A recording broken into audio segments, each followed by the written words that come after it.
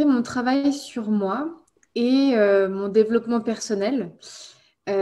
Parce que de base, je suis quelqu'un qui a, on va dire, une vision plutôt positive de la vie. Donc, je dois dire que ça aide et que j'ai surtout eu le modèle d'une mère très résiliente qui est infirmière. Donc, forcément, elle voit des gens malades qui ont survécu, par exemple, à des cancers ou qui en sont décédés, enfin, en tout cas, qui ont des maladies graves. Et c'est vrai qu'elle a plutôt cette valeur à dire qu'il y a toujours plus grave que nous et que effectivement il faut être déjà content de ce qu'on a avant de ne pas être satisfait de ce qu'on n'a pas. Donc je trouvais que cette valeur était vraiment parfaite à mes yeux. C'est comme ça que j'ai grandi et qu'effectivement en fait que tout ce qui nous arrive dans la vie en fait a un message à nous faire passer, à une opportunité et clairement c'est vraiment cette valeur-là de mon éducation qui m'a suivie jusque-là et qui m'a permis vraiment d'être résiliente par rapport à chaque expérience, qu'elle soit bonne ou moins bonne, parce qu'en fait, j'ai fini par comprendre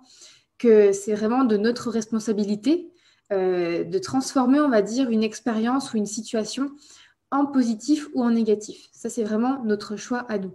Alors effectivement, on grandit avec une société qui nous dit si c'est noir ou blanc, qui nous dit si c'est bien ou mal, mais effectivement, c'est à nous-mêmes de nous faire notre propre vision des choses. Alors je dirais que la situation que j'ai vécue et qui m'a apporté, on va dire, le plus de résilience, ça a été mon burn-out, en fait, en 2017.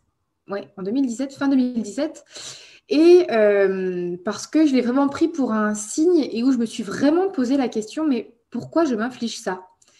Et pourquoi, enfin, la vie ne vaut pas la peine d'être vécue si on souffre et si on n'est pas bien dans une situation? Parce que pour moi, les valeurs et la vision que j'ai de la vie, c'est clairement des valeurs de plaisir, de joie et surtout de bien-être. Et en fait, cette situation-là, donc mon burn-out, me disait tout le contraire. Donc clairement, à ce moment-là, j'ai perdu 7 kilos, j'ai contracté un zona à cause du stress. Et en fait, je me suis dit, c'est pas possible de se détruire la santé à ce point-là. Euh, et en fait, donc forcément, sur le moment, bien sûr, j'étais très mal et je voyais un peu les choses un peu négativement, mais au final, avec du recul, je me suis toujours posé la question, en fait, qu'est-ce que ça m'apporte? Qu'est-ce que ça m'apporte de vivre cette situation? Et en fait, j'ai fini par me dire que ça m'a vraiment apporté une opportunité de me remettre en question, de me dire non, c'est pas du tout cette vie-là que j'ai envie de vivre. C'est pas du tout ces valeurs-là que j'ai envie de partager. C'est pas dans cette entreprise que je m'épanouirais. Donc en fait, ça n'a fait que m'emmener vers le bas pour que je puisse mieux rebondir et atteindre finalement l'épanouissement et le haut. Et finalement, en fait, on se rend pas forcément compte à quel point sur le moment, ça nous en apprend beaucoup sur soi. Ça nous apprend à nous connaître, en fait, finalement, de vivre des situations difficiles, de vivre des moments de galère, des situations voilà, qui nous bousculent un peu, mais finalement, c'est ces situations-là que la vie met sur notre chemin pour justement nous pousser à sortir de cette zone de confort et à nous pousser vers la place qui nous revient de droit. Donc voilà, c'est vraiment la situation que je retiendrai le plus parce que du coup, ça colle un petit peu avec mon métier qui est coach en reconversion professionnelle et qui du coup m'a amené en fait à trouver la place que j'occupe aujourd'hui. Alors, bah déjà, je dirais que plus on vit des situations inconfortables, plus on la développe parce que plus on s'entraîne en fait on va dire, déceler le message que la vie a à nous faire passer et plus on arrive à déceler surtout le message qu'il y a derrière un moment difficile. Par exemple, je prends une autre situation difficile, donc qui va être une rupture. On est en couple depuis quelques années et finalement, bah, on se fait quitter du jour au lendemain. La première réaction de notre mental qui va arriver, c'est vraiment la réaction. Ok, je suis nulle, je me suis fait larguer, c'est l'ego qui en prend un coup, c'est la tristesse aussi de dire adieu, on va dire, à ses souvenirs, à cette relation parce qu'on s'y était attaché. Mais par contre, ensuite, on peut se dire des idées du genre, ok, je me suis fait quitter, c'est une chose, mais si c'est arrivé, c'est qu'il y a une raison. C'est que la vie a un autre plan pour moi, c'est que quelque chose de meilleur et de mieux m'attend. Donc ça, c'est de la résilience, mais c'est aussi de la pensée positive que du coup, moi, j'adore pratiquer. Et c'est en fait de trouver le positif derrière chaque situation. Alors, j'en conviens, c'est pas forcément toujours évident, surtout quand on vit des émotions difficiles comme la colère, comme la compréhension, l'injustice, la tristesse. Mais en fait, même dans l'obscurité, il y a toujours un petit faisceau lumineux qui se cache quelque part et qu'en fait, il faut voir tout simplement et de se dire que par exemple, une rupture amoureuse, c'est pas négatif. En fait, déjà, c'est neutre et que ça apporte une nouvelle perspective, que ça apporte une nouvelle page vierge en fait où tout est possible, où l'opportunité de rencontrer quelqu'un qui nous acceptera vraiment comme on est là devant nous et c'est une opportunité. Et c'est pareil pour toute situation.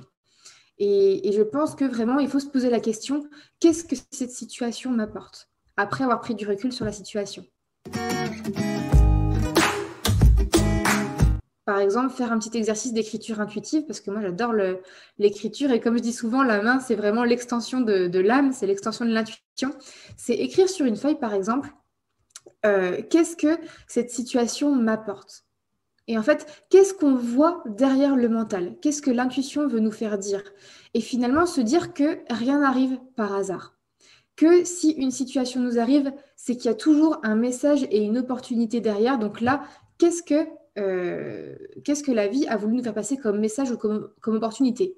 Donc par exemple, dans le cas d'une rupture, on va pouvoir écrire que effectivement, ça va nous permettre de reprendre du temps pour nous, ça va nous permettre de se recentrer sur nous, de partir en voyage seul, par exemple. Ça va nous permettre vraiment de faire un moment d'introspection pour, on va dire, étudier nos propres besoins. Qu'est-ce qu'on attend d'une relation amoureuse et de vraiment faire ces réglages, on va dire, pour finalement être prête et accueillir la prochaine relation que la vie mettra sur notre chemin, finalement. Et c'est une source de maturité, c'est une source, enfin, juste d'avoir du temps pour soi, c'est un cadeau inestimable, finalement.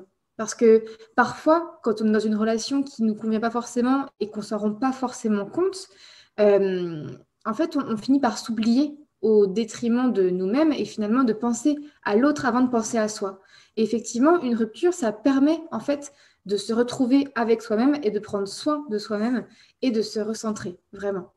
Et ça, c'est l'opportunité et c'est le message que la vie veut nous faire passer, c'est que on est notre propre priorité et si on s'aime soi-même et qu'on est bien avec soi-même, on sera capable en fait d'être aimé et de faire valoir nos besoins, finalement.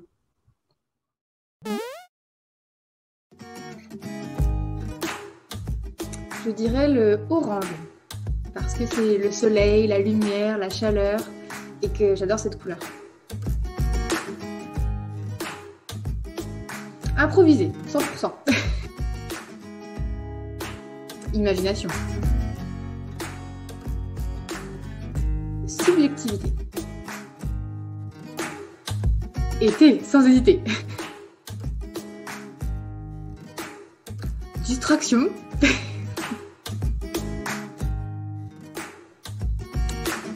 Persévérante. Et ben, je dirais le 2. C'est mon chiffre en numérologie, donc je vais y rester fidèle. Le coquet 0. Je suis raisonnable. Le vendredi. J'adore ce jour. Et je suis née un vendredi en plus. Je dirais la perceuse que j'ai souvent à côté de chez moi, dans l'appartement d'à côté qui fait des travaux. D'avoir réussi à vivre aussi vite de mon activité. En fait, je suis convaincue qu'on peut vraiment transformer sa vie en changeant la vision que l'on a des situations qui nous arrivent. Et qu'en fait, si on voit tout en négatif, notre vie sera négative, alors que si on voit la vie de manière positive et si on voit les opportunités et le positif derrière chaque situation, en fait, c'est comme ça qu'on attirera le positif. Et comme il y a une citation que j'adore, qui dit « on devient ce que l'on croit ». Vraiment une des clés du succès, je dirais.